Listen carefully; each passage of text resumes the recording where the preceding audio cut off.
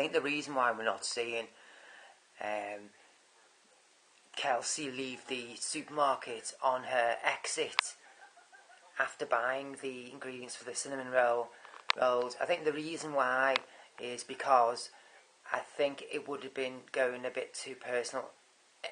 In other words, what I'm trying to say is, I think she was messing around with the child. I think she must have had the child in the trolley, and then she was transferring the child back from the trolley into her little handle, carrier hole, body hole thing, body stocking, baby holder. I think she must have been messing around with the baby and the blankets and things from the trolley to the baby basket holder or body holder, or whichever she was carrying the baby in. I think she was transferring the baby from the shopping trolley to the baby basket, which is, I think, deemed personal by the family. I think the supermarket would have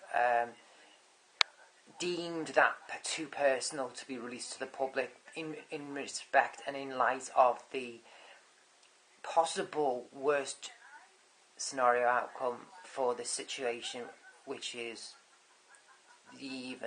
dare I say it, the loss of Kelsey Barrett.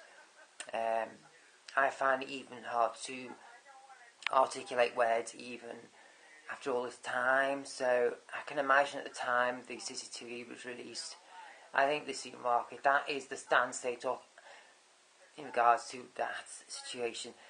To be honest with you, have been baffled for the last week and a half as to why they didn't release the exit CCTV of her exiting supermarket. Even I have been baffled, and I have absolutely no involvement in the personal side of this story.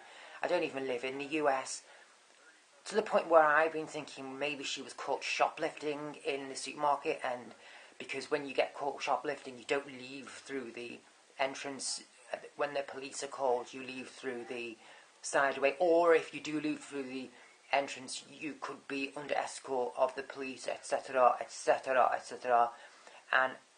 But I was thinking, as bizarre as that scenario is, I was thinking, well, that could possibly fit in with the outcome in regards to how Patrick could have been so annoyed with her when they finally got home, to the point where, that's it, I was actually believing that situation could have happened. As bizarre as that is, that the mother could have been caught shoplifting, I did actually have a few days, at least a day, where I thought that, well, that could have well happened, because it could well infuriate me if my girlfriend with our 1-year-old child was caught shoplifting and the police were involved, because that kind of stuff makes the newspapers, doesn't it, the local newspapers.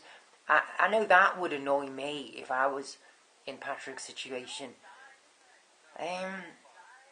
Yeah, I think ultimately the reason why I'm not seeing her leaving the supermarket is because it would be deemed far too personal.